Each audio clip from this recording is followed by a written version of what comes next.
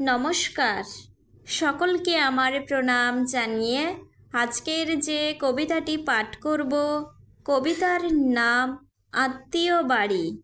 কবি হলেন সুবল চন্দ্র দাস। পৃথিবী এক আত্মীয় বাড়ি, আতিথ্য আছি ভরে।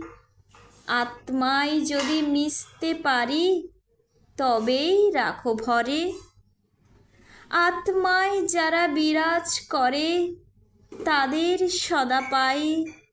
বাকি সবাই ভুগছে সাজা, অসংখ্য রোদ ছাই। নিজের চোখে প্রমাণ দেখো, আত্মীয় কাকে বলে। আত্মীয় হই সবটা ঢেলে, প্রত্যহ অশ্রু জলে। মুখের কথা নয় গো এটা, করতে হয় কাজে। লড়ছে দেখো কেমন ভাবে, যে যার মতো সাজে।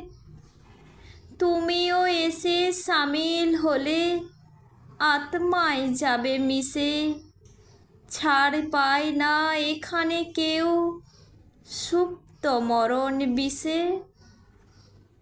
নমস্কার।